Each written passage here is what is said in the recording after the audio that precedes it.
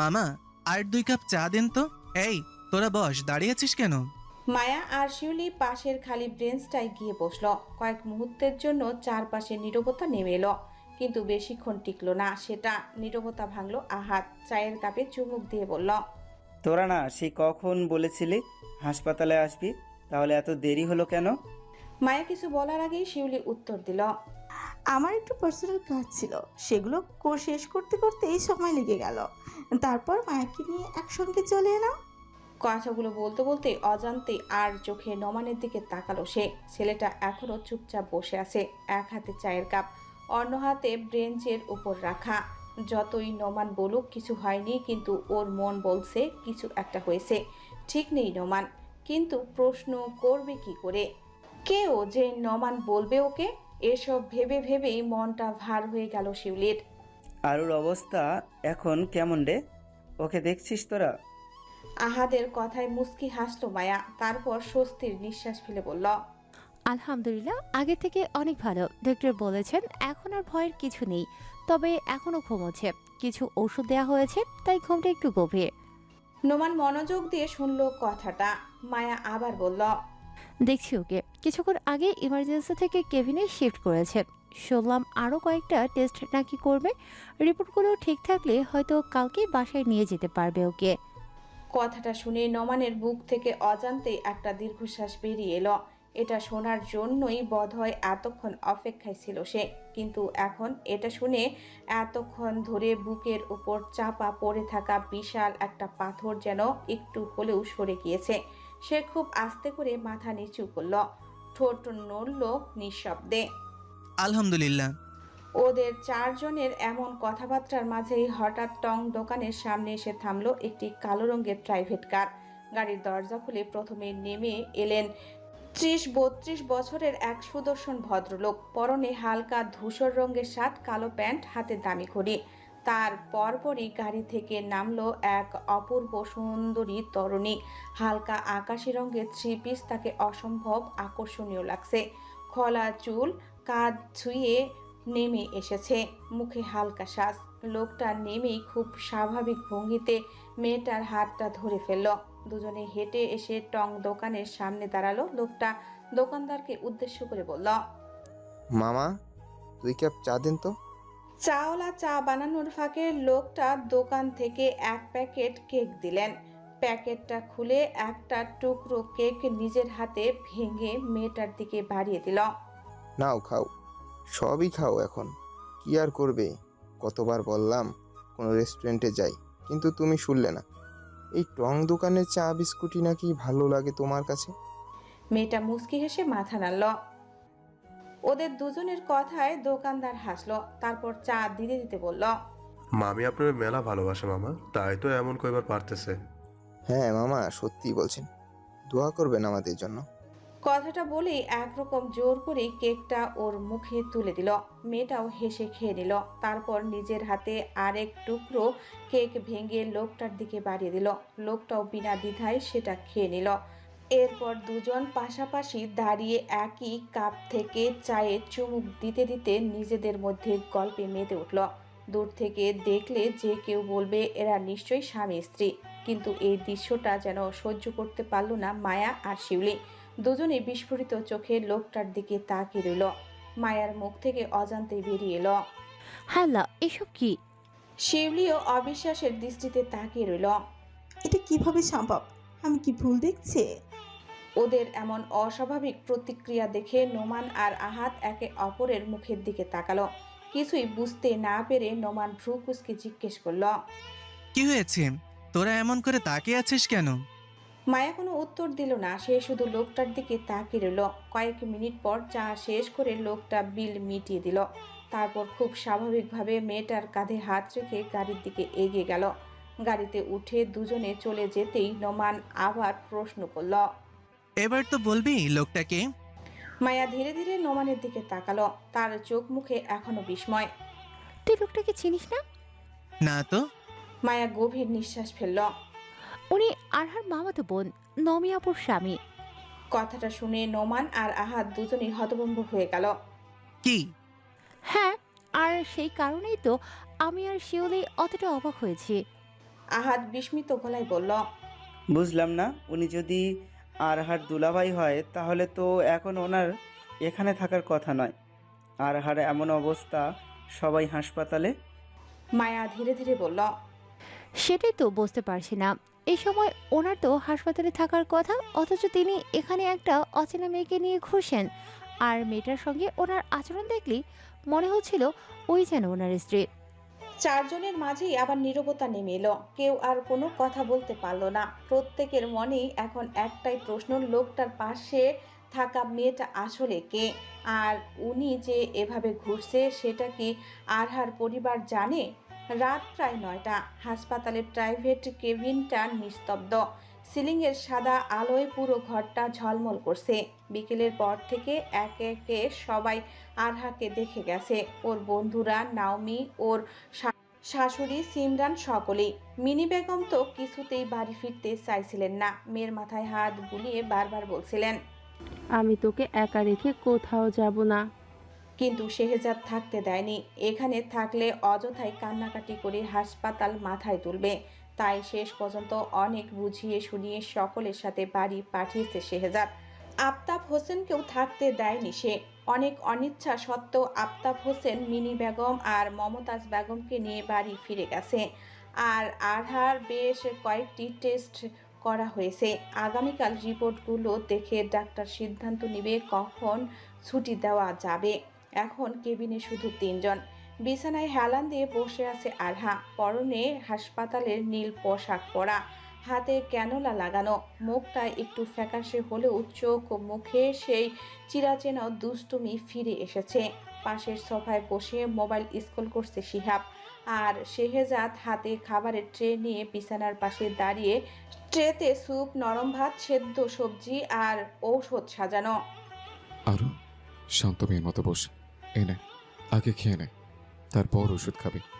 আরহা একবার ট্রের দিকে তাকালো, তারপর মুখটা এমনভাবে কুঁচকে ফেললো যেন সামনে কেউ বিষ এনে রেখেছে।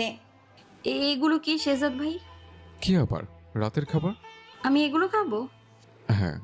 অসম্ভব, এসব ছাইপাশ আমি খাবো না। আপনি আর শিহাব নিয়ে খেয়ে নিন। এগুলো আমার থেকে আপনাদের বেশি প্রিয়। আরহার এমন কথায় ভ্রু কুঁচকে তাকালো শেহজাদ।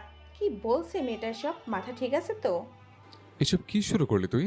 খাবি না মানে? কি হয়েছে যেগুলো খাবি না? আরহা গাল ফুলিয়ে বিছানার অন্যদিকে মুখ ঘুরিয়ে বসে পড়ল। তারপর বাচ্চাদের মতো মুখ করে বলল, আমার আইসক্রিম লাগবে শেহজাদ ভাই, প্লিজ একটা এনে দিন না, শুধু একটা। শেহজাদ যেন আগে থেকেই জানতো ও এমন কিছু বলবে। সে গভীর একটা নিঃশ্বাস ফেলে বলল, তুই কি বাচ্চা আরো আবার শুরু করলি? কোথায়, আমি তো শুরুই করিনি। আমি তো শুধু আমার চাওয়াটা বলেছি। এই যে দেখুন, আমি অসুস্থ, আর অসুস্থ মানুষের কথা শুনতে হয়, বুঝলেন? শেহজাদ চোখ দুটো বড় বড় করে ভ্রু কুঁচকে তাকালো। আরহা ওর এমন চাহনি দেখে ঠোঁট টিপে হাসলো।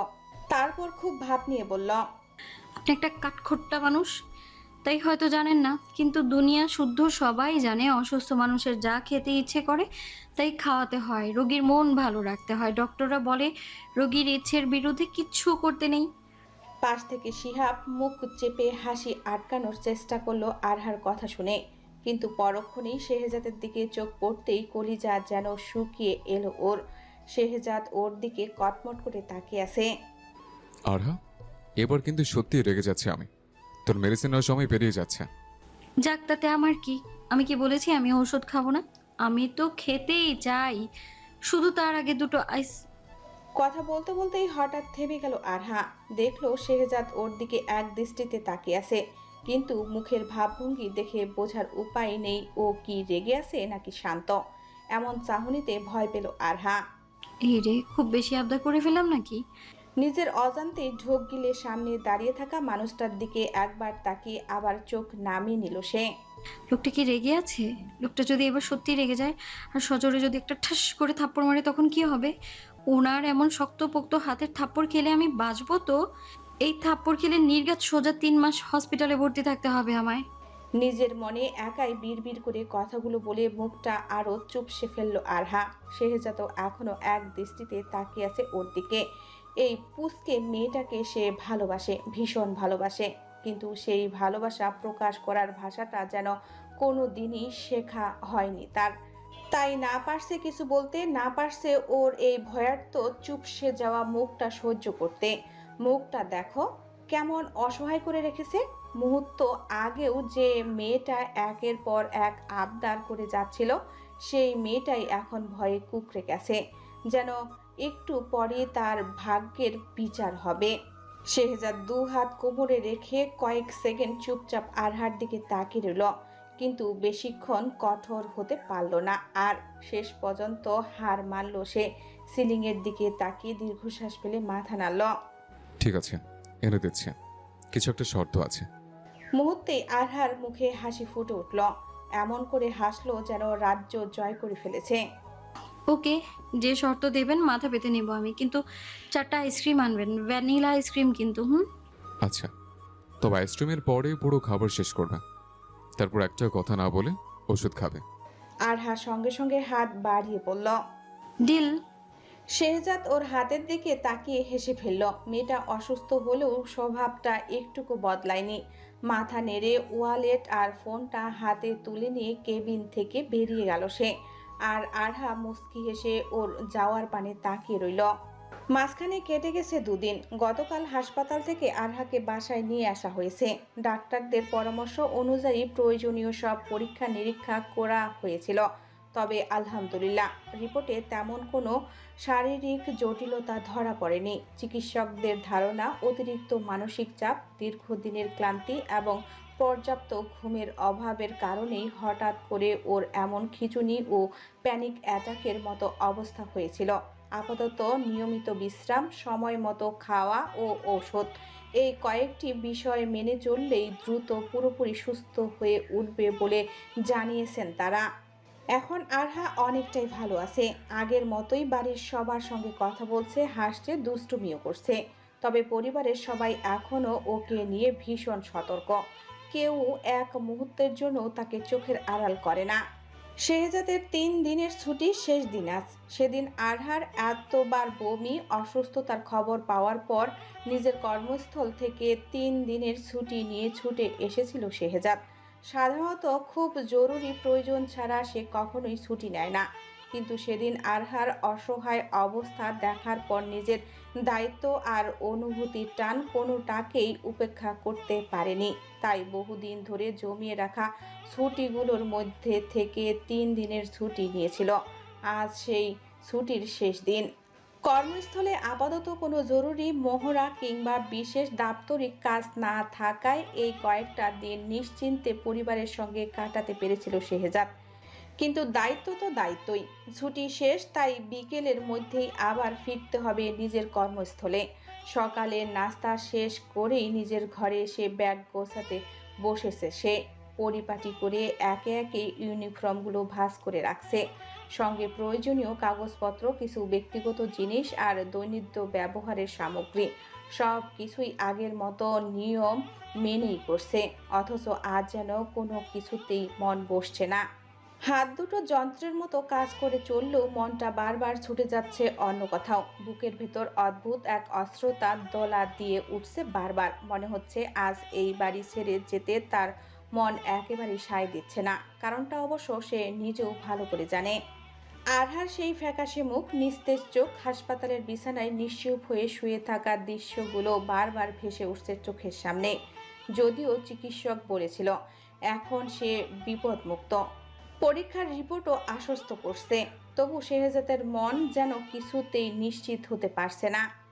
একটা শার্ট ব্যাগে রাখতে গিয়েও থেমে গেল সে। শার্টটা আবার বের করে নিঃশব্দে তাকিয়ে রইল কয়েক মুহূর্ত। তারপর আরেকটা ইউনিফর্ম হাতে নিল। সেটাও ভাঁজ না করে কিছুক্ষণ নাড়াচাড়া করতে লাগলো, যেন কি করছে সেটাই ভুলে গেছে। ব্যাগ গোছানোর কথা হলেও কাজের কাজ তেমন কিছুই এগোচ্ছে না। আরহা অনেকক্ষণ ধরে চুপচাপ শেহজাদের ঘরের দরজায় দাঁড়িয়েছিল। এক দৃষ্টিতে তাকিয়ে দেখছিল মানুষটা কি নিঃশব্দে নিজের ব্যাগ গুছিয়ে যাচ্ছে। একটার পর একটা জামা, ইউনিফর্ম, দরকারি কাগজপত্র সবকিছু যত্ন করে ব্যাগে ভরছে সে। অথচ মুখটা সেই চিরচেনা কঠোরতা থাকতেও চোখের গভীরে যেন লুকিয়ে আছে এক অদ্ভুত বিষণ্ণতা। আজ বিকেলেই লোকটা চলে যাবে, এরপর আর দেখতে পারবে না সে। লোকটাকে বিরক্ত করা হবে না, মন চাইলে তাকে নিয়ে অযথা ফাজলামোতে মেতে উঠতে পারবে না। ভাবনাটা বুকের ভেতর কেমন একটা মোচড় দিয়ে উঠতেই আরহা আর দূরে দাঁড়িয়ে থাকতে পারল না। খুব ধীরে 1 পা 2 পা করে এগিয়ে এলো সে। শেহজাদের পেছনে গিয়ে নরম স্বরে ডাকলো, শেহজাদ ভাই। হঠাৎ পরিচিত কণ্ঠ শুনে হাতের কাজ থামিয়ে ফিরে তাকালো শেহজাদ। আরহাকে নিজের ঘরে দেখে মুহূর্তের জন্য অবাক হয়ে গেল সে। সচরাচর কোনো কারণ ছাড়া আরহা এই ঘরে আসে না, কিন্তু আজ কেন এলো? কোনো দরকার নাকি? তুই এখানে কি করছিস আরু? ডাক্তার তোকে সম্পূর্ণ বিশ্রামে থাকতে বলেছে না? তবে এইভাবে ঘুরে বেড়াচ্ছিস কেন? শেহজাদের কথাগুলো যতটা রাগে শোনালো, চোখ দুটো ততটা কঠিন ছিল না।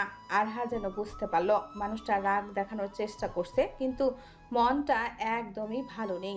সে কোনো উত্তর না দিয়ে ধীরে ধীরে সামনে এগিয়ে এলো। শেহজাদের হাত থেকে ব্যাগটা টেনে নিয়ে পাশে রেখে দিল, তারপর একেবারে ওর সামনে এসে দাঁড়ালো। শেহজাদ কিছু বুঝে ওঠার আগেই আরহা ধীরে ধীরে 2 পা এগিয়ে এলো, তারপর নিজের পা দুটো আলতো করে শেহজাদের পায়ের উপর রেখে একটু উঁচু হয়ে দাঁড়ালো। ছোটখাটো গঠনের মেয়েটাকে এমন করে সামনে আসতে দেখে শেহজাদ একদম স্থির হয়ে গেল। ও প্রতিক্রিয়া জানানোর আগেই আরহা 2 হাত বাড়িয়ে খুব আলতো করে ছুঁয়ে দিল তার প্রশস্ত কাঁধ দুটো। দুজনের মাঝে দূরত্ব মুহূর্তেই কমে এলো। শেহজাদের উষ্ণ নিঃশ্বাস এসে লাগছে আরহার কপালে, আর আরহার এলোমেলো চুলের মিষ্টি গন্ধটা নিঃশব্দে ছুঁয়ে যাচ্ছে শেহজাদের মন। শেহজাদের বুকের ধুকপুকানি যেন নিজের কানেই স্পষ্ট শোনা যাচ্ছে। কি হচ্ছে, কেন হচ্ছে, কিছুই যেন বুঝে উঠতে পারছে না সে। আরহা মায়াভরা চোখে কয়েক সেকেন্ড তাকিয়ে রইল তার দিকে, তারপর ধীরে ধীরে আরও একটু উঁচু হয়ে শেহজাদের কপালে খুব কোমল, খুব যত্ন করে একটা ছোট চুমু এঁকে দিল। সব কিছু এত দ্রুত ঘটলো যে শেহজাদ যেন প্রতিক্রিয়া জানানোর সুযোগই পেল না। চুমুটা শেষ হতেই আরহা ধীরে ধীরে নিচে নেমে এলো, কিন্তু শেহজাদ এখনো ঠিক আগের মতোই দাঁড়িয়ে আছে। চোখ দুটো বিস্ময়ে বড় হয়ে গেছে, ঠোঁট সামান্য ফাঁক, মুখে স্পষ্ট হতভম্ব ভাব। মনে হচ্ছে এই মুহূর্তে পৃথিবীর সবচেয়ে অপ্রত্যাশিত ঘটনাটাই যেন ঘটে গেল তার সঙ্গে। কিন্তু আরহার মধ্যে তেমন কোনো পরিবর্তন দেখা গেল না। সে শেহজাদের দিকে তাকিয়ে শিশুসুলভ ভঙ্গিতে মৃদু হেসে বলল, আমাকে আপনার সঙ্গে নিয়ে যাবেন শেহজাদ ভাই? আমি আপনার সঙ্গে যেতে চাই। কয়েক সেকেন্ড থেমে আবার খুব আস্তে চোখ করল। বেশি দিন না, মাত্র 2 দিন। তারপর আপনি নিজেই আমাকে আবার বাসায় এনে দিয়ে যাবেন। বলুন না শেহজাদ ভাই, নিয়ে যাবেন। কথাগুলো বলেই বড় বড় আশা ভরা চোখে তাকিয়ে রইল সে। শেহজাদ কয়েক মুহূর্ত কোনো কথা বলল না, শুধু স্থির দৃষ্টিতে আরহার মুখের দিকে তাকিয়ে রইল। তারপর খুব ধীরে একটা দীর্ঘশ্বাস ফেলে মাথা নাড়ল। না আরু, সেটা হবে না, সম্ভব নয় তোকে সাথে নেয়া। আরহার মুখের হাসিটা মুহূর্তে মিলিয়ে গেল। কেন? তোর পড়াশোনা আছে, মাত্র কয়েকদিন পরই এক্সাম। এখন এসব ঘুরে বেড়ানোর সময় না, তুই বাসায় থাক, পড়াশোনা কর। আমি আবার ছুটি পেলেই চলে আসবো। আরহা ঠোঁট ফুলিয়ে কয়েক সেকেন্ড চুপ করে রইল, তারপর খুব শান্ত গলায় বলল, আমার পরীক্ষা এখনো অনেক দেরি বাকি। আর বই খাতা কি শুধু এই বাসাতেই আছে? ফোনেও তো পড়াশোনা করা যায় নাকি? তাছাড়া বেশি সময় হলে দরকার হলে বই আমি সঙ্গে নিয়ে যাব। আপনি অফিসে থাকবেন, আমি সারাদিন পড়বো। শেহজাদ উত্তর দিল না। আরহা এবার আরো একটু কাছে এগিয়ে এলো। আপনি তো সারাদিন বাইরে থাকবেন, আমি আপনার কোনো কাজেও বাধা দেব না। আপনার কোয়ার্টারে শান্ত হয়ে পড়াশোনা করব। দরকার হলে আপনি পড়াও নিয়ে নেবেন, তাহলে তো আমার প্রস্তুতি আরো ভালো হবে, তাই না? শেহজাদ হালকা কপাল কুঁচকে বলল। তবু এখন যাওয়াটা ঠিক হবে না। আরহা মৃদু হেসে মাথা কাত করল। আরহা কিছুক্ষণ চুপচাপ ওর দিকে তাকিয়ে রইল, তারপর মুচকি হেসে বলল, পরীক্ষা আছে বলেই তো যেতে চাই। শেহজাদ যেন হতভম্ব হয়ে গেল। মেয়েটা শুরু করেছেটা কি? এমন জেদ কেন করছে যাওয়ার জন্য? ওর আসলে মতলবটা কি? ভেতরে ভেতরে প্রশ্নের ঝড় বয়ে গেলেও উপরে যথাসম্ভব নিজেকে শান্ত রাখল। অবাক হয়ে ভ্রু তুলল। তোর কথার কিছুই বুঝতে পারছি না। পরীক্ষার জন্য খাবি মানে? মানে হলো আমি যেন শান্তিতে পড়তে পারি, তাই যেতে চাই। দেখুন আপনি মা মামা সকলেই তো চায় আমি যেন মন দিয়ে পড়াশোনা করি, তাই না? কিন্তু এইখানে থাকলে সবাই সারাক্ষণ আমার পেছনে ঘুরবে। আম্মু 5 মিনিট পর পর জিজ্ঞেস করবে কিছু লাগবে কিনা, মামি এসে তার বাপের বাড়ির গল্প জুড়ে দেবে, শিউলি মায়েরা ওরা এসে পড়া বাদ দিয়ে আড্ডা দিতে হবে। কিন্তু আপনার ওখানে সে আঙ্গুল গুনে গুনে বলতে লাগলো। ওখানে তো এসব কিছুই হবে না, তাই না? আপনি সকালে অফিসে চলে যাবেন, আমি শান্তিতে পড়বো, সময় মতো খাবো, ঔষধ খাবো, ঘুমাবো, সন্ধ্যায় আপনি ফিরলে একটু গল্প করব, আমার পড়াশোনাও হবে, আবার আপনার কাছেও থাকা হবে। শেহজাদ এবারও রাজি হলো না। দেখ, কথা এত সহজ শোনালেও কাজটা কিন্তু মোটেও সহজ নয়। তাছাড়া তুই অসুস্থ, হঠাৎ আবার শরীর খারাপ করলে আমি তো সারাদিন বাসায় থাকবো না, তখন কি হবে? আরহা বিন্দুমাত্র বিচলিত হলো না। আপনি যেন আমাকে জঙ্গলে নিয়ে যাচ্ছেন। আপনার কোয়ার্টারের আশেপাশে কি হসপিটাল নেই, ডক্টর নেই? আর আমি কি এতটাই অসুস্থ যে 5 মিনিট পর পর অজ্ঞান হয়ে যাব? শেহজাদ ঠোঁট চেপে ওর দিকে তাকিয়ে রইল।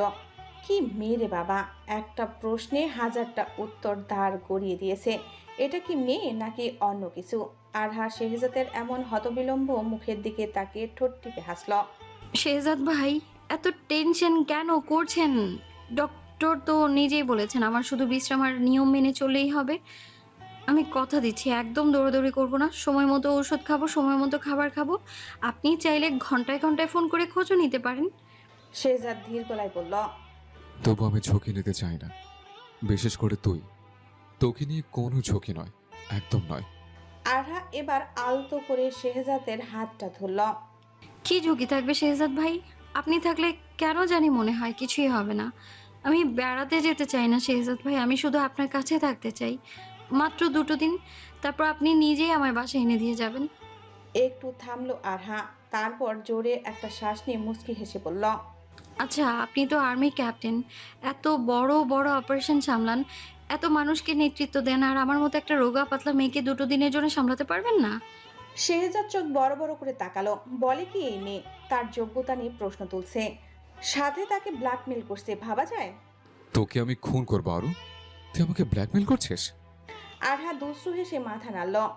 খুন তো আমি অনেক আগেই হয়ে গেছি শেহজাদ ভাই, কিন্তু এখন শুধু আপনার উপর আমার ভরসাটা কতটা সেটা মনে করিয়ে দিচ্ছি। শেহজাদ কয়েক মুহূর্ত চুপ করে রইল, তারপর গম্ভীর একটা নিঃশ্বাস ফেলে মাথা নাড়ল। যা বোঝার বুঝে গেছে সে, এই মেয়েটা আজ হার মানবে না। ও যেন ঢাল তলোয়ার নিয়ে যুদ্ধক্ষেত্রে নেমেছে। আজ দুপুর গড়িয়ে গেছে, জোহরের নামাজ আদায় করে সবাই একে একে এসে বসেছে মির্জা বাড়ির ডাইনিং টেবিলে। আজকের দুপুরটা যেন অন্য দিনের চেয়ে একটু বেশি ভারী, কারণ বিকেলে নিজের কর্মস্থলে ফিরে যাবে শেহজাদ। সেই কারণেই সকাল সকাল মিনি বেগম আর শিহাবও চলে এসেছেন। গতকালই নিজের শ্বশুর বাড়ি ফিরে গেছে নাওমি, তাই আজ ডাইনিং টেবিলে রয়েছে শুধু পরিবারের আপন মানুষগুলো। ডাইনিং টেবিল জুড়ে সাজানো হয়েছে নানান রকম খাবার। শেহজাদের পছন্দের গরুর মাংস ভুনা, দেশি মুরগির ঝোল, ডাল, আলু ভর্তা, বেগুন ভাজি, কাঁচা মরিচ আর সালাদ। ছেলের পছন্দের প্রায় সব কিছুই রান্না করেছে মমতাজ বেগম। মিনি বেগম সবার প্লেটে খাবার তুলে দিচ্ছেন, কেউ যেন কম না পায় সেদিকে তার আলাদা নজর। এদিকে খাওয়া শুরুর আগেই মমতাজ বেগম একটা বড় ব্যাগ নিয়ে ডাইনিং রুমে ঢুকলেন।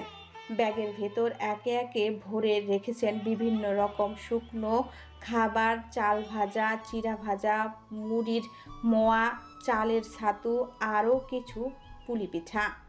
এগুলো সবই শেহজাদের পছন্দের। সব কিছু গুছিয়ে ব্যাগের চেন লাগিয়ে ছেলের দিকে বাড়িয়ে দিয়ে বললেন, দেখ তো বাবা, সব ঠিকঠাক হয়েছে কিনা, কিছু বাদ পড়েছে নাকি? শেহজাদ ব্যাগটা নিয়ে খুলে একবার ভেতরে চোখ বুলিয়ে নিল, তারপর অসহায় ভঙ্গিতে হেসে বলল, এসব কি করছো আম্মু? আমি কি 6 মাসের জন্য যাচ্ছে? এত কিছু দিয়ে কি হবে?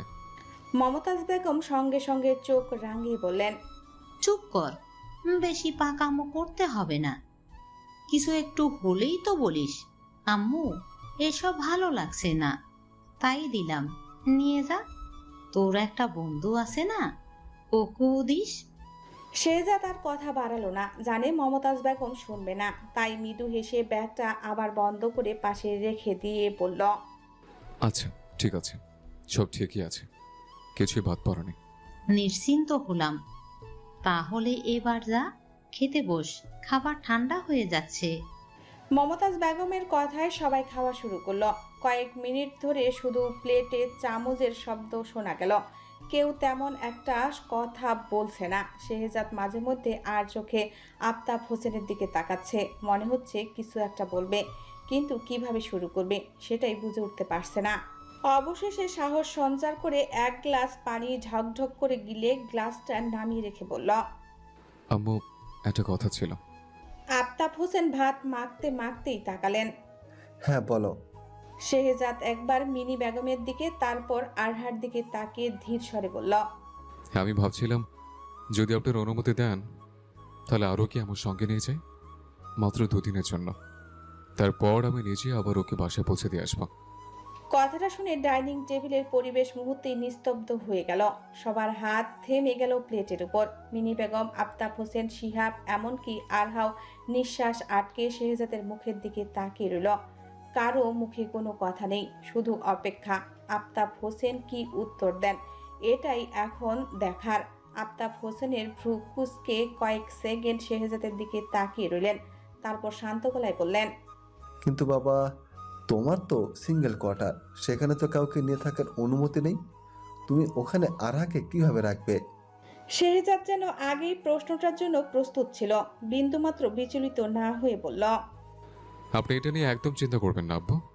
আমি ওকে আমার অফিসিয়াল কোয়ার্টারে রাখবো না।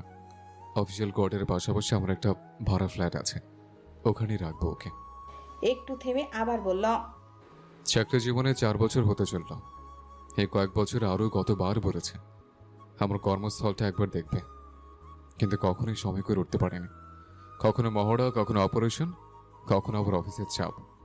এবার যেহেতু কাজের চাপ তুলনামূলক কম, তাই ভাবলাম 2 দিনের জন্য নিয়ে যাই। ঘুরু আসবে, আমার জায়গাটা দেখা হবে, তারপর আমি নিজে আবার ওকে বাসে পৌঁছে দিয়ে আসবো। কথাগুলো শুনে আফতাব হোসেন কিছুক্ষণ চুপ করে রইলেন, তারপর ধীর স্বরে বললেন, সব বুঝলাম, কিন্তু ওর পড়াশোনা সামনে, এক্সাম রেখে এখন যাওয়াটা কি ঠিক হবে? তাছাড়া আবিদ কি যেতে দেবে? শেহজাদ উত্তর দেওয়ার আগেই পাশে বসে থাকা আরহা আর নিজের উত্তেজনা সামলাতে পারল না। মুখ ভরা হাসি নিয়ে তাড়াতাড়ি বলে উঠল, ওটা নিয়ে একদম চিন্তা করো না মামা, আমি সব বই খাতা সঙ্গে নিয়ে যাব। আর এখন তো ফোন দিয়েও পড়াশোনা করা যায়, অনলাইন ক্লাস, নোটস সবই আছে। আমি একটুও পড়ায় ফাঁকি দেব না, কথা দিচ্ছি। তাছাড়া আব্বুর সাথে আমি কথা বলে নিয়েছি, আব্বু অনুমতি দিয়েছে।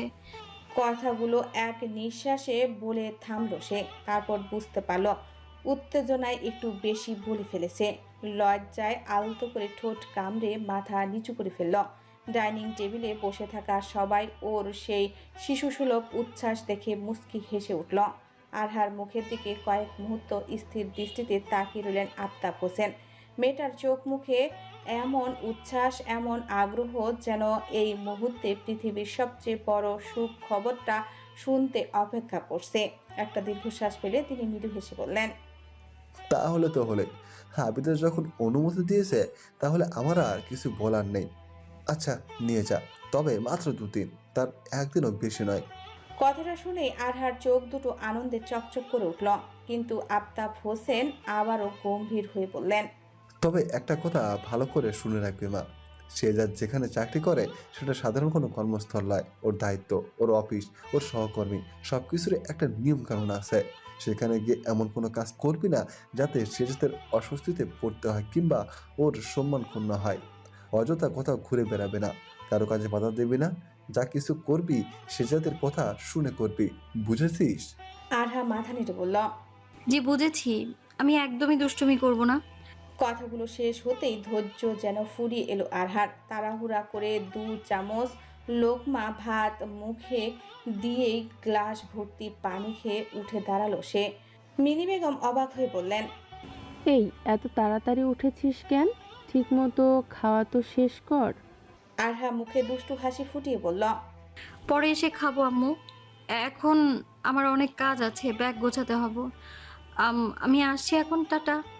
কথাটা বলেই আর কারো উত্তর শোনার অপেক্ষা করলো না সে। খালি পায়ে প্রায় দৌড়ে ডাইনিং রুম থেকে বেরিয়ে সদর দরজার দিকে ছুটে গেল। ওর সেই ছেলে মানুষই উচ্ছ্বাস দেখে ডাইনিং টেবিলে বসে থাকা সবাই মুচকি হেসে মাথা নাড়ল। আর শেহজাদ, সে শুধু চুপচাপ আরহার চলে যাওয়ার দিকে তাকিয়ে রইল। ঠোঁটের কোণে অজান্তেই এক চিলতে হাসি ফুটে উঠছে। মেয়েটা সত্যি আজ ভীষণ খুশি। বিকেল গড়িয়ে 4টা বাজতে না বাজতেই পুরো বাড়িটা যেন যাত্রার প্রস্তুতিতে ব্যস্ত হয়ে উঠল। আজ অনেক দিন পর বাইরে বের হবে আরহা, তাই নিজের অজান্তেই একটু বেশি যত্ন নিয়ে তৈরি হয়েছে সে। পরনে অফ হোয়াইট রঙের একদম সাদামাটা অথচ অপূর্ব একটা শাড়ি, তার সঙ্গে মিলিয়ে হালকা মেকআপ, ঠোঁটে নোট শেডের লিপস্টিক, ঘন কালো চুল কাল করে পিঠ জুড়ে ছেড়ে রেখেছে। এই ভ্যাপসা গরমেও সাজটা বাড়াবাড়ি নয়, কিন্তু একবার তাকালে দ্বিতীয়বার না তাকিয়ে থাকা কঠিন। নিজের প্রয়োজনীয় জিনিসপত্র, কাপড় আর ঔষধপত্র আগেই ব্যাগে গুছিয়ে রেখেছিল আরহা। তবুও মিনি বেগমের যেন তাতে ভরসা হচ্ছে না। একবার ব্যাগ খুলে ওষুধগুলো দেখছেন, আবার প্রেসক্রিপশনটাও ভাঁজ করে ভেতরে রাখলেন। কখনো পানির বোতল ঢুকিয়ে দিচ্ছে, কখনো আবার শুকনো খাবারের ছোট্ট একটা বক্স ব্যাগের সাইড প্যাকেটে গুজে দিচ্ছেন। মার কতবার দেখবে, সব ঠিক রেখেছি তো। হেসে বলল আরহা। মিনি বেগম যেন বিরক্ত হলেন ওর এমন কথায়, মুখ গম্ভীর করেই উত্তর দিলেন, তোর ওপর আমার একটুও ভরসা নেই। সময় মতো ঔষধ খেতে ভুলে যাস, তারপর আবার বলবি মাথা ঘুরছে। আমি সব দেখে দিচ্ছি, চুপ করে দাঁড়িয়ে থাক। আরহা অসহায় ভঙ্গিতে হেসে মাথা নাড়ল। ঠিক তখনই সোফার উপর রাখা ফোনটা কেঁপে উঠল। স্ক্রিনে ভেসে উঠল একটি নাম, নোমান। নামটা দেখেই আরহার মুখে অজান্তেই এক চিলতে হাসি ফুটে উঠল। আম্মু, তুমি সব গুছিয়ে দাও, আমি ফোনটা রিসিভ করে আসছি। মিনি বেগম কোনো আপত্তি করলেন না, ব্যাগ গোছাতেই ব্যস্ত রইলেন। আরহা ফোনটা হাতে নিয়ে কল রিসিভ করল। হ্যালো নোমান।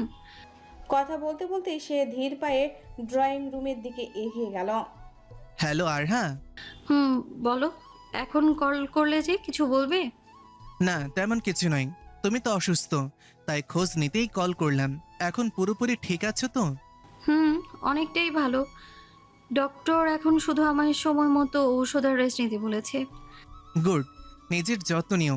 তুমি তো নিজের কথা একদমই ভাবো না। এমন হলে কিভাবে হবে বলো তো? শরীর ঠিক রাখতে হবে তো। সামনে আমাদের এক্সাম আরু। নোমানের মুখে আরু ডাকটা শুনে কেমন যেন বিরক্ত হলো আরহা। এই ডাকটা শুধু শেহজাদের মুখেই বানায়, ও ছাড়া অন্য কেউ ডাকলে ভালো লাগে না আরহার। কিন্তু এই মুহূর্তে মুডটা ভালো আছে, তাই সেটা আর নষ্ট করতে ইচ্ছা হলো না। সেজন্য হালকা হেসে মাথা নাড়ল আরহা। আমি ঠিক আছি নোমান, অযথা আমায় নিয়ে টেনশন করতে হবে না তোমার। যাই হোক, কিছু বলবে এখন? কিছুক্ষণ দুজনই চুপ করে রইল, যেন নোমান কোনো কথা বলার সাহস জোগাড় করছে। শেষ মুহূর্তে একটু ইতস্তত করে বলল, আরহা, একটা কথা জিজ্ঞেস করব? করো। আগে বলো, রাগ করবে না তো? আরে না, বলো। তোমার জীবনে কি কেউ আছে আরু?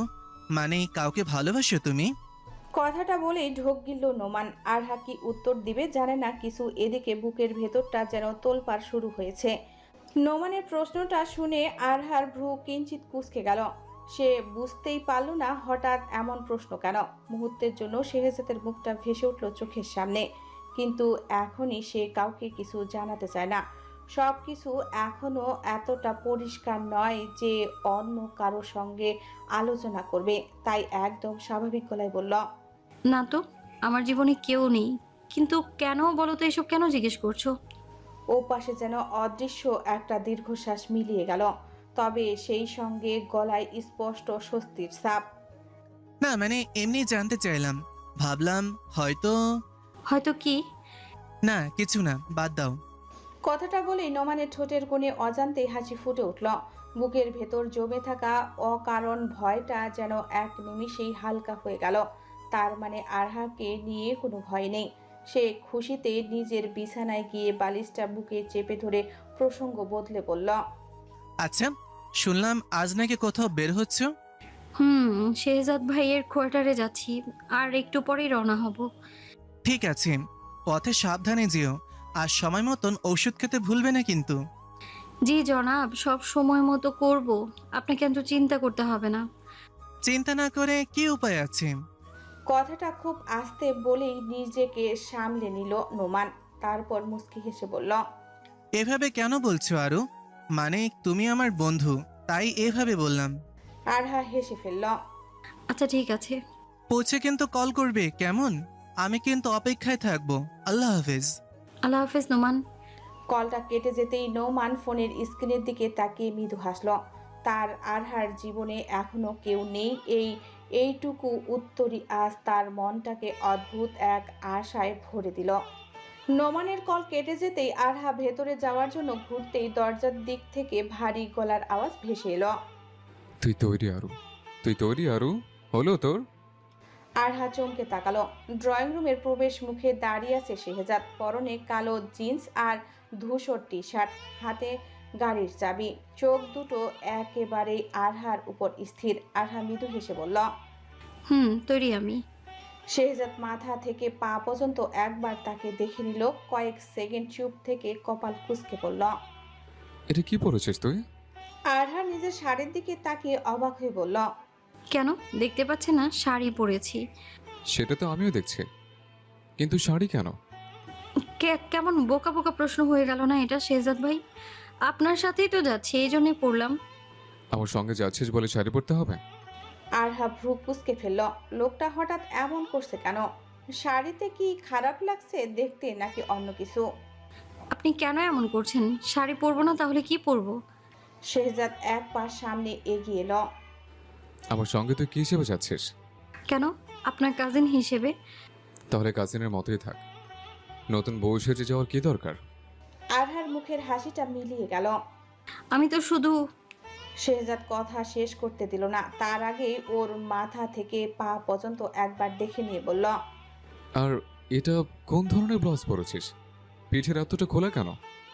পাশ থেকেও দেখা যাচ্ছে। এসব পরে বাইরে যাবি তুই? আরহা অস্বস্তিতে আঁচলটা আরো ভালো করে গায়ে টেনে নিয়ে ধীর গলায় বলল, এতটাও খোলা না তো শেহজাদ ভাই। মুখে মুখে তর্ক করছিস তুই? এক চড় মারবো, বুঝলি? আমার চোখে যতটুকু পড়ছে সেটাই যথেষ্ট। নিজেকে এভাবে সবার সামনে নর্তকের উপর উপস্থাপন করার কি দরকার? আপনি ভুল বুঝছেন শেহজাদ ভাই। তাহলে কোনটা সঠিক বুঝিয়ে বল। শেহজাদের এমন কথায় মন খারাপ হয়ে গেল আরহার। ও তো অন্য কারো জন্য সাজেনি, লোককে দেখানোর চেষ্টা কোনো কালেই ছিল না। সে তো এসব শেহজাদের জন্য সেজেছে, কিন্তু মানুষটা এভাবে বলতে পারলো। মানছি এভাবে ভালো লাগেনি তার, কিন্তু তাই বলে ওকে একজন নর্তকীর সাথে তুলনা করবে লোকটা? আমি কাউকে কিছু দেখানোর জন্য সাজিনি। অনেকদিন পর বাইরে যাচ্ছি তাই একটু শাড়ি পরতে ইচ্ছে হয়েছে, ব্যাস।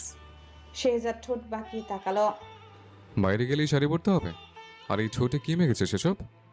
আরহা অজান্তেই ঠোঁটে হাত ছুঁয়ে দিল। লিপস্টিক। এটা লিপস্টিক? এমন রং দিয়েছি যে দূর থেকে দেখলে একদম বেমানান লাগছে। এক্ষুনি মুছে ফেল, আর এই শাড়িটা বদলে আয়।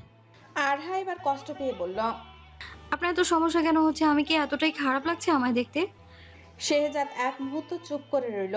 তার চোখে বিরক্তির আড়ালে যেন অন্য এক অনুভূতি লুকিয়ে আছে, কিন্তু সেটা প্রকাশ পেল না। শুধু সংক্ষিপ্ত গলায় বলল, আমি চাই না আমার সঙ্গে থাকা কাউকে নিয়ে কেউ অযথা কথা বলুক। যা, 5 মিনিটের মধ্যে অন্য ড্রেস পরে আয়। কথাটা বলে সে আরহার উত্তরের অপেক্ষা না করে মুখ ফিরিয়ে চলে গেল। আর আরহা স্থির হয়ে দাঁড়িয়ে রইল ড্রয়িং রুমে। বুকের ভেতরটা হঠাৎ করেই কেন যেন ভারী হয়ে উঠেছে। সে বুঝতেই পারছে না শেহজাদের এই রাগটা কি শুধুই দায়িত্ববোধ, নাকি ওর পেছনে অন্য কোনো অজানা কারণ লুকিয়ে আছে। আজ কয়েকদিন ধরেই মনোরা বেগমের শরীরটা খুব একটা ভালো যাচ্ছে না। সকাল থেকে জ্বর জ্বর ভাব, মাথাটাও ভার হয়ে আছে। ঠিকমতো রান্না বান্না করতে পারছে না। আবার মাহারা ছোট্ট রিনিরও ঠিকমতো যত্ন নেওয়া হচ্ছে না। বয়স তো আর কম হলো না, এই বয়সে শরীর ভেঙে পড়তে সময় লাগে না। তার উপর কাজের মেয়েটাও দুদিন ধরে আসছে না। মেয়েটা দিন দিন খুব ফাঁকিবাজি হয়ে উঠেছে। একদিন আসে তো দুদিন উধাও। ফোন দিলেও নানান রকম অজুহাত। বিকেল গড়িয়ে সন্ধ্যা নামার উপক্রম। রান্নাঘরে গিয়ে কয়েকবার দাঁড়িয়ে আবার ফিরে এসেছে মনোরা বেগম। কি রান্না করবেন, আদৌ পারবে কিনা কিছুই যেন বুঝে উঠতে পারছে না। ঠিক তখনই হঠাৎ কলিং বেলের শব্দে নীরবতা ভাঙল। ধীরে ধীরে গিয়ে দরজাটা খুলতেই সামনে দাঁড়িয়ে থাকা পরিচিত মুখটা দেখে তার ক্লান্ত চোখে এক মুহূর্তের জন্য স্বস্তি নেমে এলো। দরজার সামনে নাওমি দাঁড়িয়ে আছে। মুখ ভরা সেই চিরচেনা মিষ্টি হাসি, সাধারণ একটা সালোয়ার কামিজ, মাথায় আলতো করে টানা ওড়না, সাজ বলতে তেমন কিছুই নেই। তবু মেয়েটাকে দেখলে যেন চোখ ফেরানো যায় না। মনোরা বেগম কিছুক্ষণ ওর দিকে তাকিয়ে রইলেন। মনে মনে অজান্তে দীর্ঘশ্বাস বেরিয়ে এলো। আল্লাহ মানুষকে এত যত্ন, এত মায়া, এত ভদ্রতা একসঙ্গে দেন কিভাবে? অথচ এই মেয়েটার কপালটাই যেন সবচেয়ে বেশি পড়া। হাসতে জানে, সবার খেয়াল রাখতে জানে, কিন্তু নিজের জীবনে সুখ বলতে কিছুই নেই। নাওমি ভেতরে ঢুকতে ঢুকতে একটু অপরাধী হাসি হেসে বলল, সরি আন্টি, দুদিন বাসায় ছিলাম না। ছোট বোনটা হঠাৎ অসুস্থ হয়ে পড়েছিল, আব্বু যেতে বলেছিল, তাই ওদিকেই ছিলাম। জুতো খুলে একপাশে রেখে চারপাশে চোখ বুলিয়ে আবার বলল, রনি কোথায় আন্টি? আজকে পড়বে না? মনোরা বেগম কিছুক্ষণ ওর মুখের দিকে তাকিয়ে রইলেন। মেয়েটা আগের মতোই হাসছে, কিন্তু সেই হাসির আড়ালে যে কতটা ক্লান্তি লুকিয়ে আছে সেটা বুঝতে তার বাকি নেই। বয়স বাড়লে মানুষ নাকি চোখ দেখেই অনেক কিছু বুঝে যায়। হয়তো তিনিও বুঝলেন। একটা দীর্ঘশ্বাস চেপে তিনি ধীর গলায় বললেন, পড়বে মা, তবে আজ দুপুর থেকে একটু মন খারাপ করে বসে আছে। বারবার বলছে আন্টি কই, এ 2 দিন এলো না কেন? তোর জন্যই অপেক্ষা করছিলাম। নাওমির ঠোঁটে অচেনা এক কোমল হাসি ফুটে উঠল। আচ্ছা, তাহলে তো আজ আমাকে শাস্তি পেতেই হবে। কথাটা বলেই সে ঘরের ভেতরে উকি দিল। ঠিক তখনই ছোট্ট রিনি দৌড়ে বেরিয়ে এলো। ম্যাম! চিৎকার করে নাওমির কোমর জড়িয়ে ধরেই মেয়েটা হেসে মাথায় হাত বুলিয়ে দিল। এই যে আমার বাবু, আমি যে 2 দিন আসিনি, তুমি রাগ করেছো? রিনি ঠোঁট ফুলিয়ে বলল, রাগ করিনি, কিন্তু আপনি তো 2 দিন আসেননি, তাই আমিও পড়িনি। ইস, ম্যাম তাহলে বিশাল অন্যায় করেছে। আচ্ছা, তাহলে আজ আমরা ডাবল করে পড়বো, কেমন? মেয়েটা সঙ্গে সঙ্গে মাথা নেড়ে রাজি হয়ে গেল।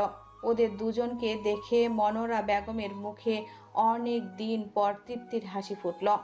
এই মেয়েটার রক্তের কেউ নয়, তবুও যেন কত আপন।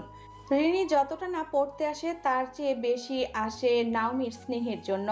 হঠাৎ করে নাওমির চোখ গিয়ে থামলো রান্নাঘরের দিকে। সিনে কয়েকটা অপরিষ্কার থালা পড়ে আছে, চুলোর উপর ঢাকনা দেওয়া হাঁড়ি, আর পুরো রান্নাঘরটা অগোছালো একটা ভাব। সাধারণত মনোরা বেগমের বাসা এমন থাকে না। সে ভ্রু কুঁচকে জিজ্ঞেস করল, আন্টি, আপনার শরীর কি খারাপ? মনোরা বেগম অপ্রস্তুত হেসে বললেন, এই বয়সে শরীর আর কত ভালো থাকে বল? 2 দিন ধরে জ্বর জ্বর লাগছে। কাজের মেয়েটাও আসছে না, তাই একটু এলোমেলো হয়ে গেছে সব। কথাটা শুনেই নাওমির হাসিটা মিলিয়ে গেল। ব্যাগটা চুপচাপ সোফায় উপর রেখে ওর অন্যার আঁচলটা কোমরে গুঁজে নিল। রনি, তুমি বই নিয়ে বসো, আমি 5 মিনিটে আসছি। কোথায় যাবেন ম্যাম? তোমাদের সঙ্গে একটু রান্নাঘরে যুদ্ধ করতে। কথাটা বলে কোনো উত্তর শোনার অপেক্ষা না করেই সে রান্নাঘরের দিকে এগিয়ে গেল। আর মনোরা বেগম দাঁড়িয়ে রইলেন স্থির হয়ে। কেন জানি হঠাৎ করেই বুকের ভেতরটা মোচড় দিয়ে উঠল তার। এমন মেয়েটাকেই তো তিনি একদিন নিজের ঘরের বউ হিসেবে চেয়েছিলেন, কিন্তু ভাগ্য সব ইচ্ছা পূর্ণ করে না। কিছু মানুষকে শুধু দূর থেকে আপন ভেবে ভালোবাসতেই হয়। খিদেটাও পেয়েছে, তাই নাওমিকে কিছু বললেন না। নাওমি প্রথমে রান্নাঘরটা গুছিয়ে নিল, সিনকে পড়ে থাকা বাসন ধুয়ে জায়গা মতো রাখলো, কাউন্টারটা মুছে পরিষ্কার করলো। এরপর তাকে রাখা আটার ডিব্বাটা নামিয়ে দ্রুত আটা মেখে নরম নরম গোল রুটি বেলা শুরু করলো। চুলোর আঁচে একটার পর একটা রুটি ফুলে উঠছে, আর পুরো ঘর জুড়ে ছড়িয়ে পড়ছে সদ্য সেকা আটার উষ্ণ গন্ধ। ঘরের অবস্থা আর মনোরা বেগমের ক্লান্ত মুখ দেখেই নাওমি বুঝে গিয়েছিল আজ সম্ভবত কেউ ঠিকমতো কিছু খায়নি। অসুস্থ শরীর নিয়ে রান্না করাও যে কষ্টকর সেটা ও খুব ভালো করেই জানে। কয়েক মিনিটের মধ্যেই রুটি, ডিম ভাজা আর আগের রান্না করা সবজি গরম করে সুন্দর করে ডাইনিং টেবিলে সাজিয়ে দিল সে। ঠিক তখনই দোতলার সিঁড়ি বেয়ে নিচে নামলেন শাহজাহান সাহেব। ডাইনিংয়ের দিকে চোখ যেতেই নাওমিকে দেখে তার মুখে প্রশস্ত হাসি ফুটে উঠল। আরে কে এসেছে দেখো তো, এই যে আমাদের বাড়ির নতুন সদস্য। নাওমি ট্রে নামিয়ে হেসে তাকালো তার দিকে। নতুন সদস্য কেন আঙ্কেল? আমি তো অনেক আগেই সদস্য হয়ে গেছি। শাহজাহান সাহেব হো হো করে হেসে উঠলেন। তা ঠিকই বলেছো, তোমাকে ছাড়া তো এ বাসা এখন কেমন যেন ফাঁকা লাগে। নাওমি মুস্কি হেসে মাথা নেড়ে বলল, এখন কিন্তু গল্প করার সময় নেই। নিধিকে ওর দাদির কাছে রেখে এসেছি, একা আছে বেচারি। রনিকে পড়িয়ে আমাকে আবার বাসায় ফিরতে হবে। এরপর প্লেটগুলো তাদের দিকে এগিয়ে দিয়ে বলল, আপনারা আগে এসব খেয়ে নিন। আন্টি তো কিছুই খাননি মনে হচ্ছে। আমি রনিকে পড়িয়ে আসছি, তারপর যদি সময় পাই একটু বসে গল্প করব। মনোরা বেগম আর শাহজাহান সাহেব একবার একে অপরের দিকে তাকালেন। মেয়েটা নিজের সংসার, নিজের দায়িত্ব সামলিয়েও কি অদ্ভুত আন্তরিকতার অন্যের বাড়িটাও আপন করে নিয়েছে। এমন মানুষ আজকাল সত্যি বড় কম দেখা যায়। নাওমি রিনিকে নিয়ে পড়ার ঘরে চলে যেতেই ডাইনিংয়ে নেমে এলো একরাশ নীরবতা। কিছুক্ষণ দুজনই চুপচাপ খেতে লাগলো। সদ্য শেখা রুটির উষ্ণ গন্ধ ঘরটা ভরে আসে, অথচ সেই উষ্ণতার মাঝেও দুজনের মন যেন কোথাও ভারী হয়ে আসে। শাহজাহান সাহেব এক টুকরো রুটি ছিঁড়ে ধীরে ধীরে বললেন, মেয়েটাকে দেখলেই সত্যি মায়া লাগে। মনোরা বেগম দীর্ঘশ্বাস ফেললেন। মায়া তো লাগবেই, এমন একটা মেয়েকে কি আর সহজে পাওয়া যায়? ভদ্র, নম্র, দায়িত্বশীল, নিজের সংসারে কত ঝড় বয়ে যাচ্ছে, তবুও মুখে কখনো বিরক্তি নেই। অরণ্যর জন্য হাসি মুখে সব করে যায়।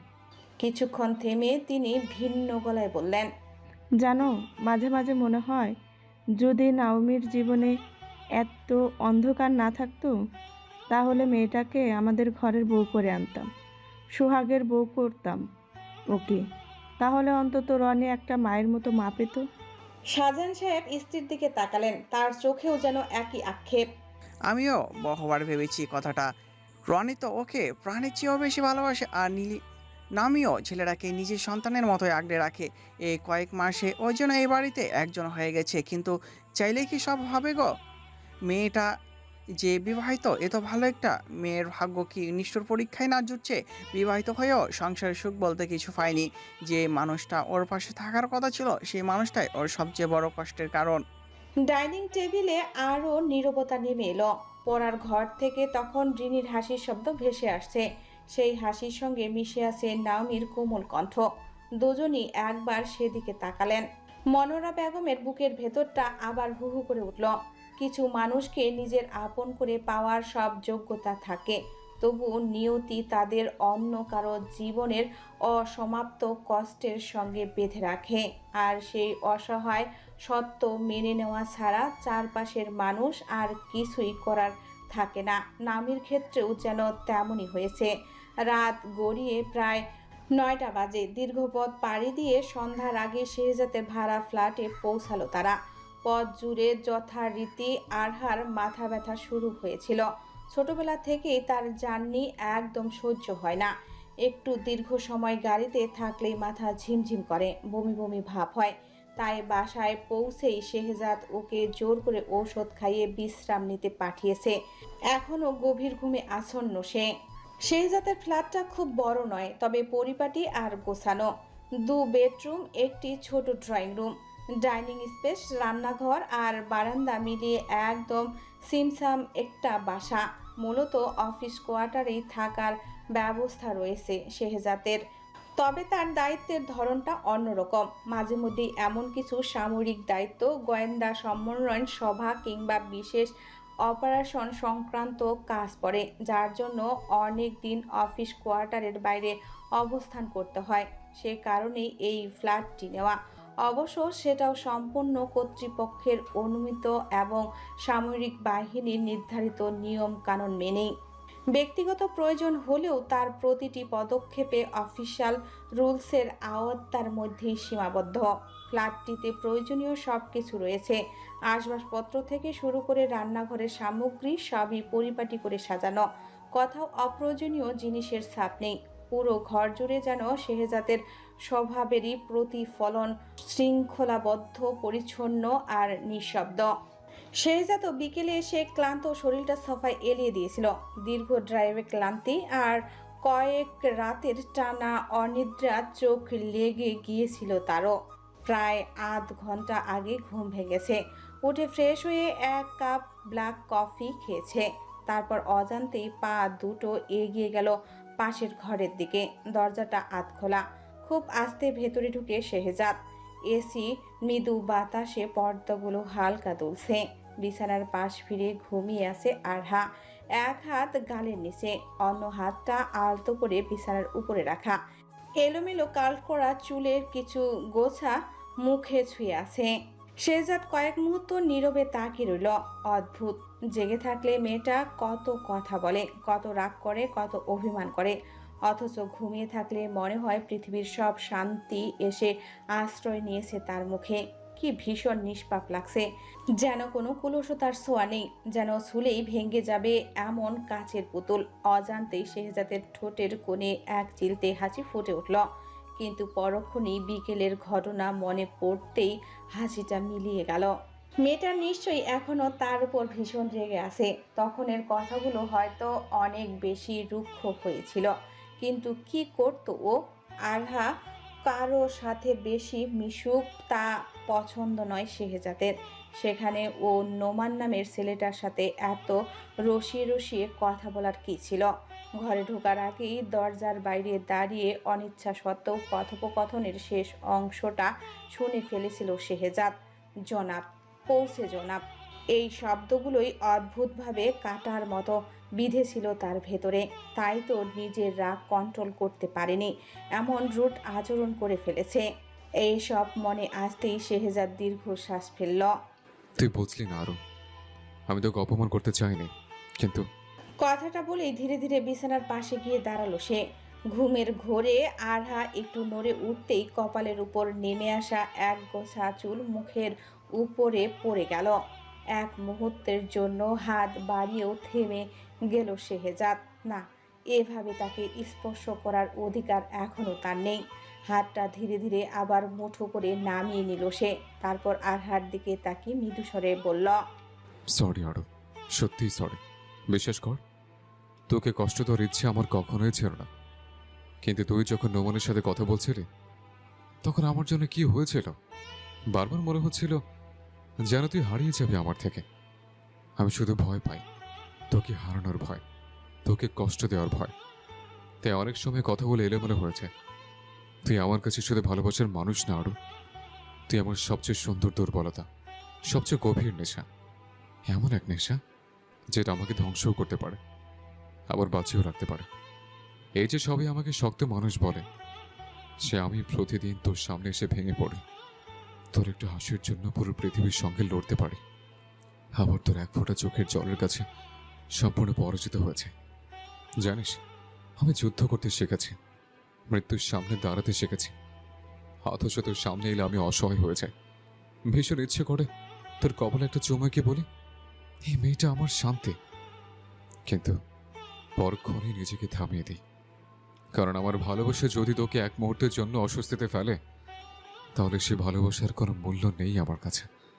আমি শুধু তোকে পাওয়ার নেশায় ভালোবাসিনি, আমি ভালোবেসেছি কারণ তুই তুই তোর এলোমেলো চুল, অভিমানী মুখ, অকারণে হাসির চোখ ভরে স্বপ্ন, সব মিলিয়ে তুই। আর এই তুইটি আমার সবচেয়ে প্রিয় আশ্রয়।